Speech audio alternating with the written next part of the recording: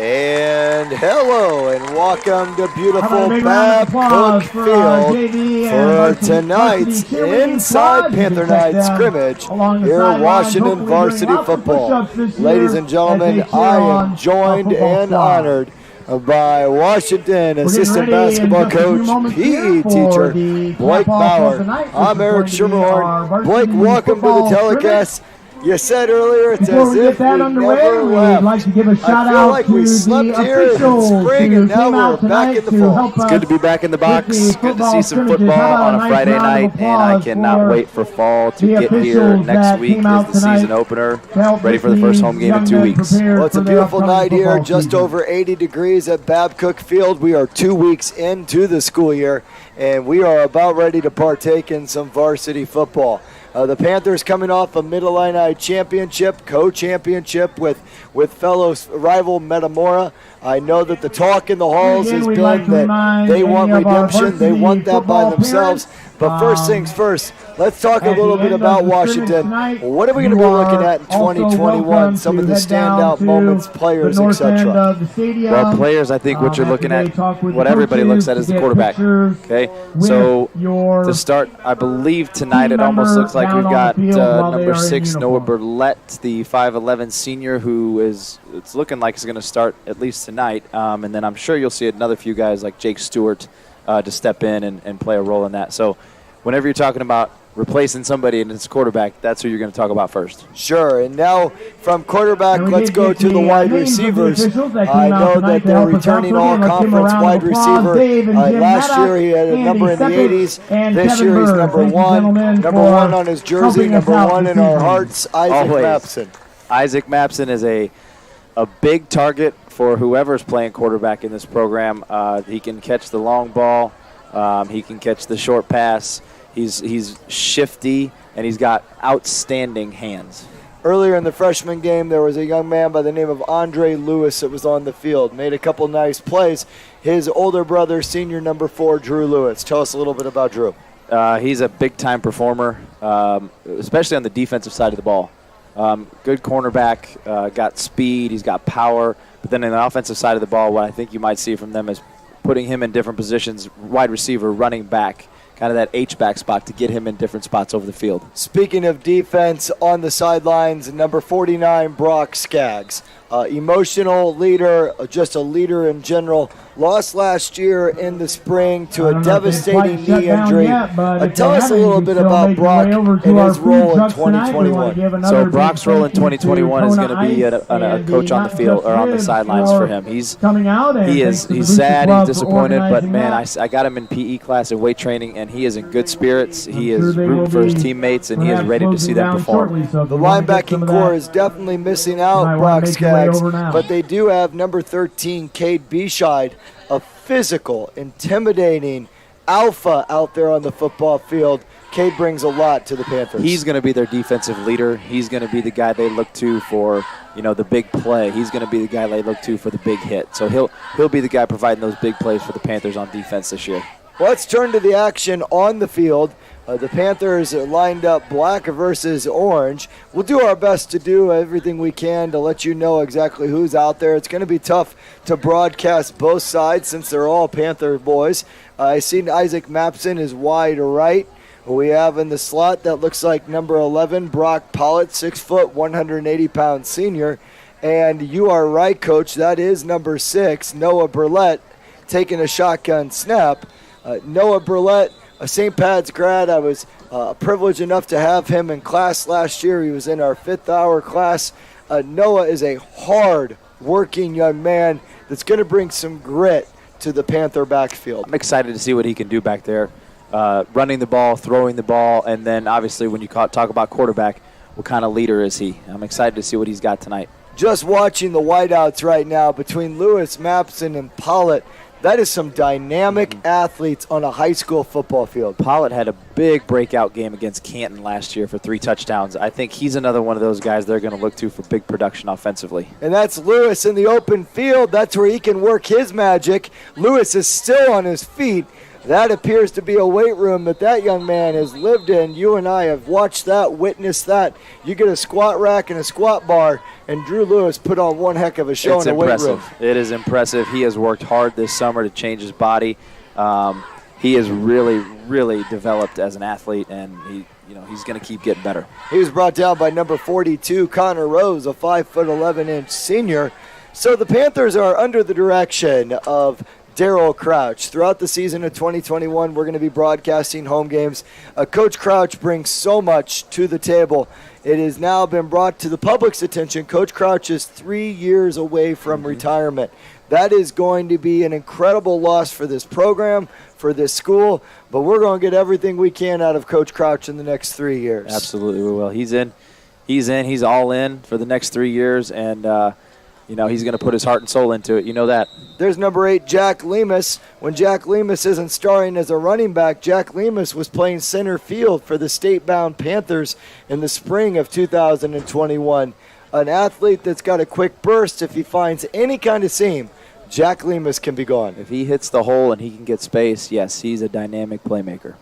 So on the sideline right now, we're going to start introducing you to some of the Panthers. As I can see on the feed, you have wearing the cap right next to Darryl Crouch. That is Coach Malinowski, who brings toughness. I've heard the kids talk about when Coach Malinowski's at practice, you better have your game face on because he's going to be there and it's going to be intense. That's the game of football at its best, and you definitely want that in your players. Football is intense. You got to have that coach that always brings the energy and gets that intensity up because some days, the players don't always bring that energy and intensity. You got to have that guy to really fire you up. Now, Blake, I think that my wife might have been a football coach at some point in her career. She does bring some of that intensity to the household. I know occasionally the kids don't do their chores around the house. Maybe she's got a little Coach Malinowski in her, a little bit of that bite. So we're not keeping score, but if we are, the Panthers are winning. This is a fun scrimmage from the standpoint of there's going to be a lot of numbers, a lot of guys getting some action in. They've been working hard since early August. There is a pass to Lewis. It appears that they really want to get him out in the open. Drew is still on his feet, and he is brought down about the 39-yard line. That's a Chicago Bears Bourbonnais tackle, though. That boy was not on the ground, and the whistle's blew. But I like the design because I like it. It's almost like a run play. It really is. And you get Drew the ball. It's a short, quick pass. You get him in space. Those are things that can break for long open runs during the season. Coach, it's good having you back here on this telecast. Earlier tonight, I was broadcasting multiple sporting events. I love our soccer team, but I know little or nothing about soccer. I was struggling up here, but I know this. Those guys were in great shape. It was fun watching it. If you weren't a part of Inside Panther Night, you missed out. You got to be here in 2022. But please do everything you can to come out and support these athletes. There's over 700 student athletes currently involved in a fall sport. And there is 6'6" Isaac Mapson. He's probably demanding that I call him 6'7", but I refuse to do that as he's brought down at about the 30-yard line. That's a good ball by Burlett. He looks really comfortable back there. He's precise, accurate. I mean, it's short throws, but he's kind of getting into a rhythm now. I like the look of Noah Burlett. He looks like a quarterback. He's got the towels. He's got the wristband. If I was playing quarterback, I, too, would have that look. I'd be doing the 1985. Now, I'm well aware. Were you born in 1985? No, I was not. You are such a young pup. But in 1985, the Bears had a guy by the name of Jim McMahon. You knew where I was going with this. The punky QB, right? You got it. Yep. He used to wear the headband. Yep. He put all these inappropriate things all over it. I wouldn't want Noah to take it to that level, but definitely a little charisma out of a quarterback's a fun thing. Got to have it. Man in motion there is number 3. That is Tyler Richardson. Burlett's going to keep a keeper, and we are definitely playing right now under the training camp rules of whistle, blow it dead, and let's not get anybody hurt here in this scrimmage. Tonight is it's not important, but they really just want to make sure that everybody stays healthy for next week. I think they work all week wrapping up, tackling. Tonight is the night just to kind of get out here and showcase some things and not get anybody hurt. So I've introduced you to Coach Malinowski. We've talked a little bit about Coach Crouch. Now I'm going to bring your attention to the man with the headset on. I can see on the camera that he's out there. He's got his hands moving left and right in a headset. That is Coach Rob Garcia. He has opened up a local business for verticals. I know that youth all over Washington, even some of the high school kids, are working out with a former professional athlete, Rob Garcia. He is, as the word was used earlier, he is charismatic. He is good with these kids. He gets them playing hard, and his knowledge base is through the roof. Yeah, I've gotten to know Coach Garcia a little bit over the last couple of years, and he's just got a good relationship, good rapport with the kids. They like him. They like to play for him, and he does. He brings out the best in them. So every good football team's got to have a good line. Taking a look here, and we're going to take a minute to talk about some of these guys. I see number 50 right there. That's Jay Wireman, a multi-sport athlete. He is a good wrestler. He's going to be a man that was back last year working the trenches. Definitely going to rely upon him. I also just took a look out there and saw number 66, Jordan Martin. Highly astute, incredible intelligence in the classroom, going to bring that on the football field. He's working the center position. You also have out on the field number 74, Case Foster.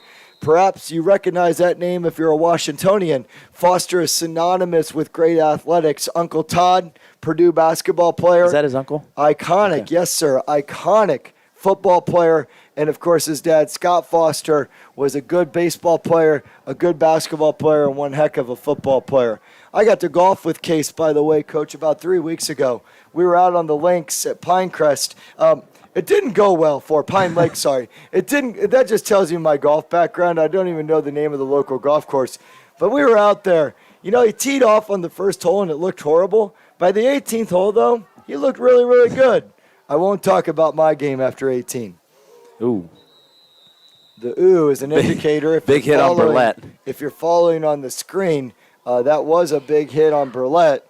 Burlette is up, so throw out my training camp rules because I don't believe Andy Dalton would be hit at a Bears practice. He doesn't have a red jersey on. So, all right, we've got number 14, Jake Stewart, coming in the game now. It looks like at quarterback. So we've gone full radio broadcast. I'm well aware that we have lost the video feed, but we will go radio broadcast, so hopefully you enjoy this with us. So we've got in the game now Jake Stewart. Tell us a little bit about him. Jake is a 5'11", 6-foot junior. That's a gross exaggeration. If he is truly 6 foot, I would like to see the tape measure that measured Jake Stewart at 6 foot. They're always taller in the program. It's program height. Absolutely. That's got to be a typographical error. Maybe it meant 5'9". And Jake is someone that we've kind of seen grow over the last couple of years in the basketball program, and he's a good leader. The kids follow him. He's very detail-oriented, so it'll be fun to see what he can do here under center. So Jake Stewart is under center right now. He takes the snap, and that is a handoff to the fullback. And he is wrapped up by a bevy of Panthers. That was number 39. That is Tyler Casey with the run. Bumped into Tyler Casey a few times over the offseason.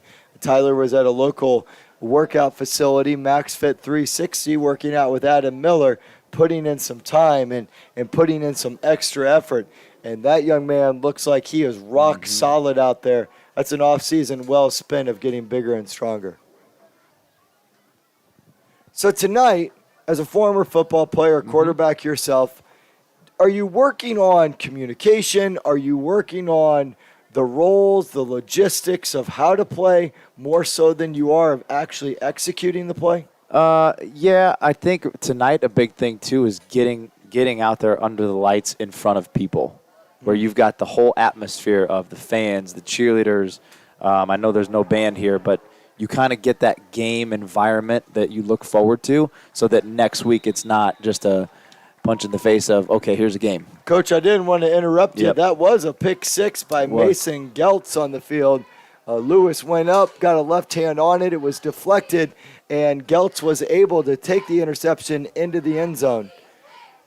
So in the regular season, sports fans, if Coach Bauer and I are actually doing this, we would have a lot of emotion on a play like that. But this is Washington versus Washington, so we're going to enjoy the moment, talk a little bit about the broadcast. There's about 8 minutes left on the clock, and you brought up a great point and the thing that we have probably lost track of, these kids have not played in front of eyes, live eyes, for quite some time. I know that the spring season, there was fans. However, during the basketball season and the other seasons, there weren't a lot of live fans. What did you see out there, Coach, on the field? The only thing I was looking at was the quarterback change. Easton Harris, the phenomenal baseball player, is now at quarterback for the Panthers.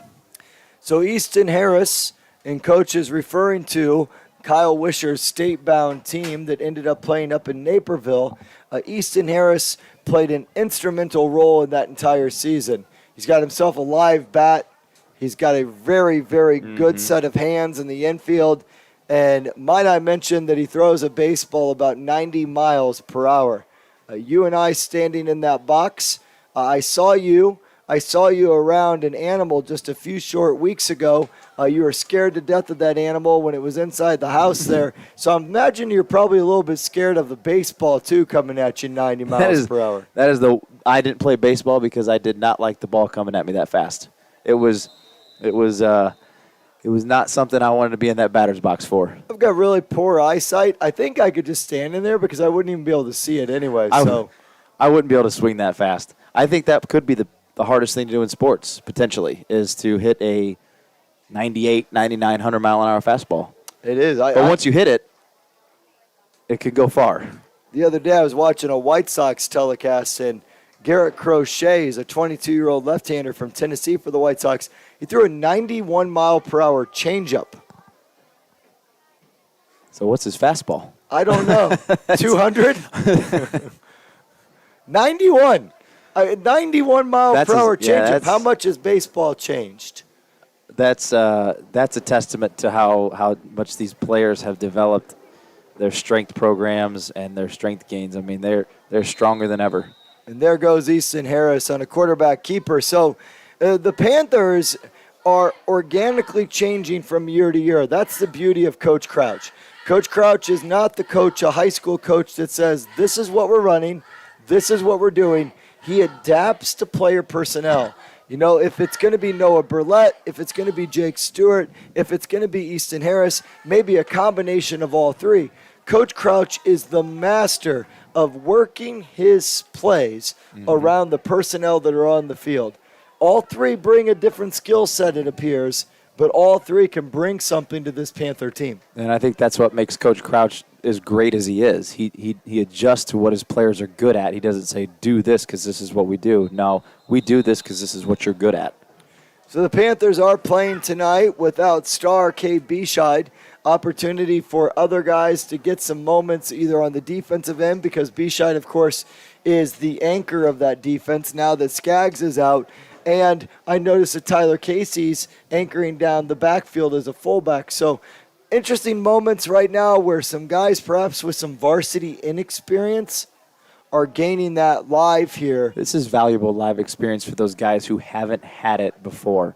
One thing I did notice when it seemed like when Burlett was in the game, they kind of opened it up a little bit. They'd go 4 wide. And then I noticed when Jake was in the game and Easton was in the game, it was a little bit more under center.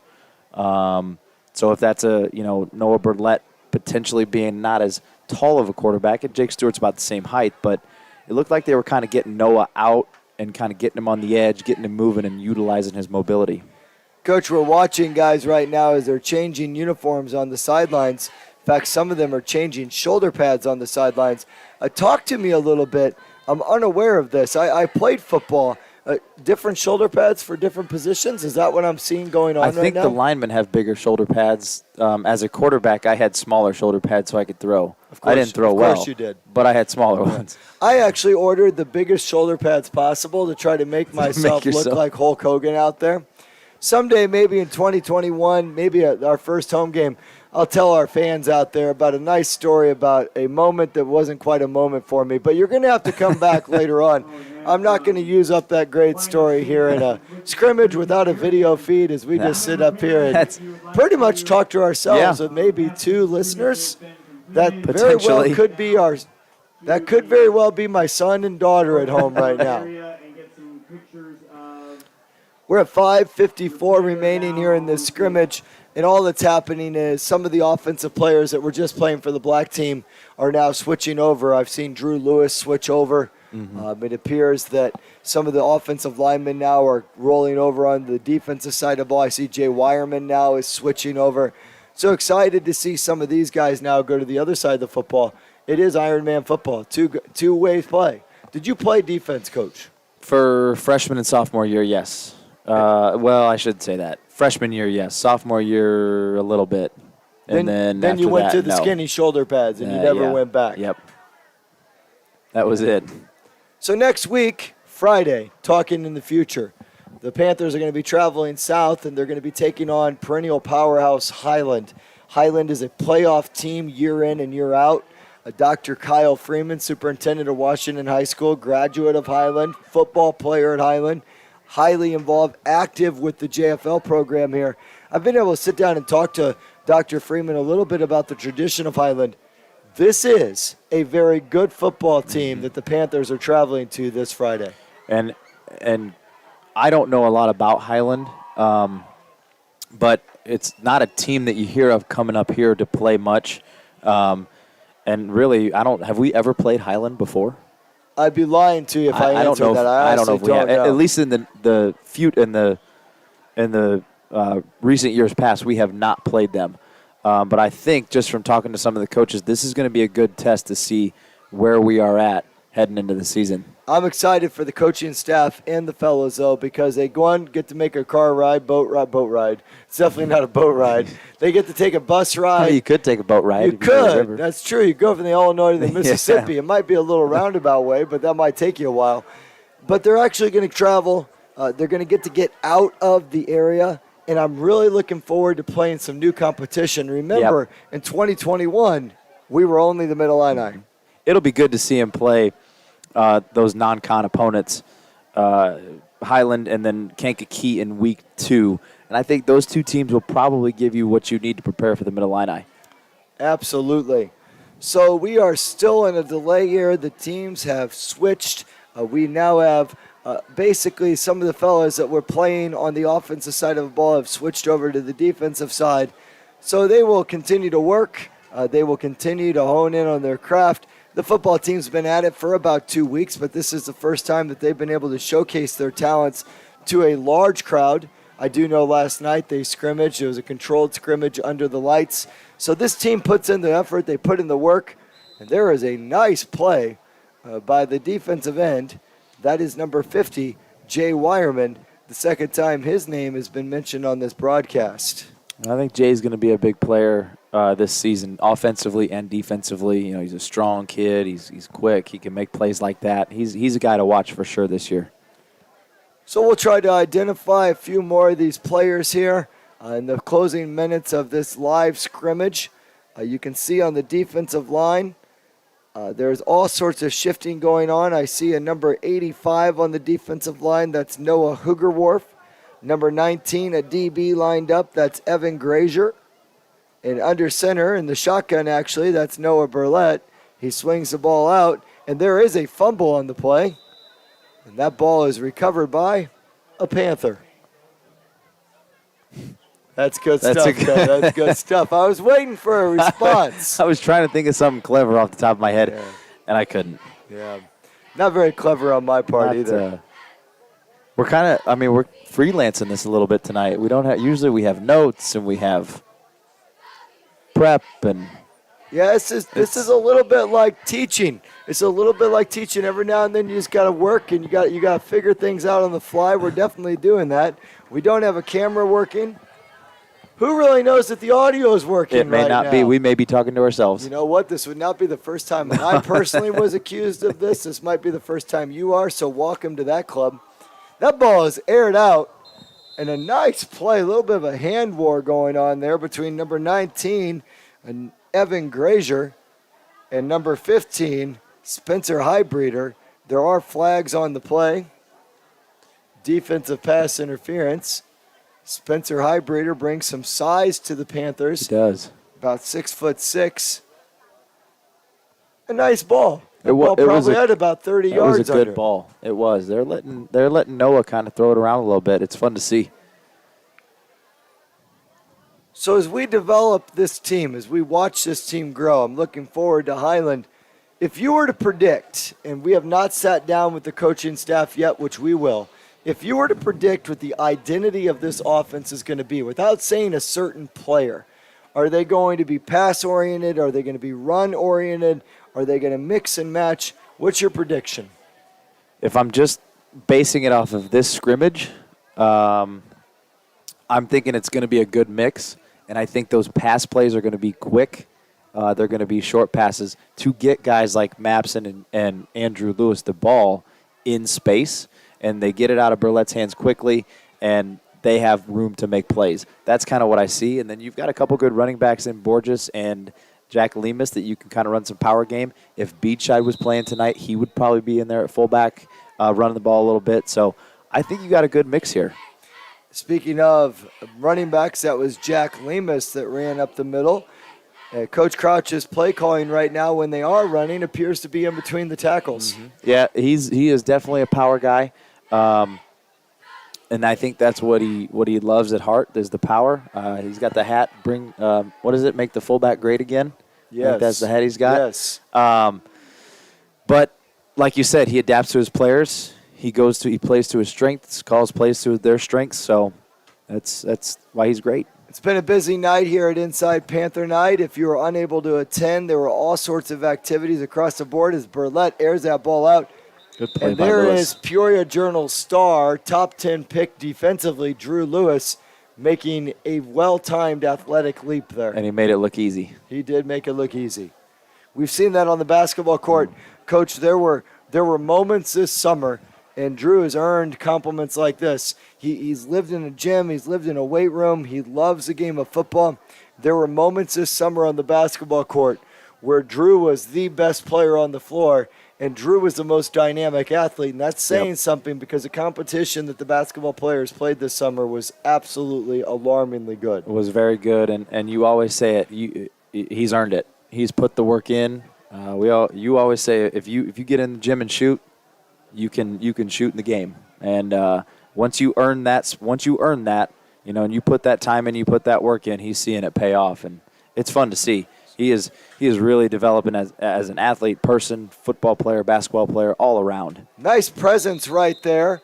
Nice presence by the quarterback as he rolled out to the right. That was Easton Harris. He escaped some pressure. The offensive line has looked very solid tonight, giving all the quarterbacks time. But Harris showed a little instinct there and showed some quick footwork to get out on the outside and make that pass. He's quick, and that, you know what, playing baseball, playing second base, he's got to have good footwork to make plays at second, even if he plays short. And then we know he's got an arm because he's a good pitcher. So he can sling it, and if he can get on the outside, he's got some wheels. Years ago, Mr. Noblock, the athletic director here at the high school, really brought something to the athletic department. He talked about the need and the desire to really change the culture and to really encourage and empower multi-sport athletes. There's a reason behind that. Easton Harris is a competitor. Yep. So if you're competing on a baseball field, you're winning, you're going to state, and then you find yourself on a football field, even if Easton has never played football, I don't know his background prior to high school. I know he's never played in the high school ranks. Competitors find ways to compete. I always say that coaches can coach and teachers can teach. I think that we're seeing this out here all over this field. Yeah. A lot of multi-sport athletes. And you always talk about it, compete. If you're playing soccer, if you're playing baseball, basketball, football, we love to see those guys that play multiple sports because they just compete and they want to win. So we're joined in the press box right now, ladies and gentlemen, by some what I would call dignitaries here to Washington. Tonight at Inside Panther Night was a night in which we had Kona Ice. If you're not familiar with Kona Ice, that is a fun, sugar-filled treat of ice that tastes good. So we're going to interview very quickly right now one of the young men that just jumped into our press box. We're going to interview young Isaac. So Isaac's going to get on the mic. Isaac, hopefully you can hear me. Can you hear me, Isaac? Give me a yes. Yes. Isaac, talk a little bit about your experience at Inside Panther Night. What kind of Kona Ice did you and your mommy order? I got Tiger's Blood and Ninja Cherry. So the combination of Tiger's Blood and Ninja Cherry, that is living on the edge, young man. If you had to choose one, though, which one would you go with? Would you go with the Blood or the Ninja? The Blood. Very good. I can see some of it on your mouth. It looks like you enjoyed it. Your face enjoyed it more than your tummy did. Isaac, thanks for joining us tonight. If you'd go ahead and head that headset back to your father, that'd be good stuff. Yeah. So, Coach, Isaac said he likes Kona Ice. If you had to choose Kona Ice, would you even get one, or would you just go straight water? What do you got going on these days? I don't think I'd have a little bit of his Kona Ice. I wouldn't get my own. All but right. Coach Bauer's a that's just chicken and rice guy. ice and sugar is what it is. However, when I was a kid, that was the best. Absolutely. We used to have these things called ice trays. We'd fill up the trays with Kool-Aid, and then we'd put toothpicks in them. Yep. And that was like the early version of Kona Ice. I might have to stop by that here after this football scrimmage gets done. So we're back on the field now, black versus orange, here in 2021, our Inside Panther Night. And that quarterback is Jake Stewart, scrambling, trying to find a hole. And Jake is wrapped up by a bevy of Panthers. In fact, this is a great opportunity to talk about number 41, who is going to be a valuable component to this defense. That was E.J. Phillips out there. And E.J. was hurt last year, I think. Correct. He had a shoulder injury. Coach Metamora game, I was doing Yes. stats on the sideline. E.J. was a human missile in the early portions of that game, and he did suffer a broken collarbone early in that football game, attempted to play through it, but then head trainer Kyle Gennard said, E.J., it's time, and pulled him out. Yep. I talked to EJ 2 days ago in PE, and he is excited to get back out there. Injured last year. Didn't really go the way he wanted it to go with the injury, and then he was injured a little bit in the summer. So he is excited to get back out there, and like you said, he is speed at the linebacker position. That's Noah Burlett scrambling, trying to get away from multiple Panther defenders, and there again, number 41, E.J. Phillips, wrapping him up. So Coach Crouch right now is rotating almost nearly every single play. A different Panther quarterback is under center. About 36 seconds left here in this scrimmage. We do not know exactly how many plays are going to get in, how many minutes they're going to play. Coach Bauer and I are aware that they did scrimmage last night. It was a fairly lengthy scrimmage. So I wouldn't be surprised if Coach Crouch gets some film, gets in what he needs to get in. I love the point that you talked about, live eyes, and then get out of here healthy and get back to work for Highland. Nice ball by Noah Burlett. That was a good ball. Good patience in the pocket, too. He really sat in there. That was good. Sat in the pocket, he read his checks, and then found his open receiver. That was good stuff by Noah Burlett. That pass was completed to number 88, Seth Carball, 5'10", 160-pound wide receiver. Burlett picks up a low snap. He scrambles out to the left. He, too, has got some quickness on the outside. He is still on his feet. Burlett's at the 50, straight arms a guy, the 40, the 35, the 30. And that's our first touchdown call. First 2021. I'm thinking right now that this game is coming to a conclusion. Well, Blake Bauer would like to thank Caleb for making this happen, our wonderful IT man. Thank you to Herb Noblock, our AD. Ladies and gentlemen, we've got Highland next week, and then we'll be back the Friday after that. Kankakee. Here we go. There ain't nothing better than Feels football. Good. Feels good to be back. We'll see you, Panther fans. Stay safe.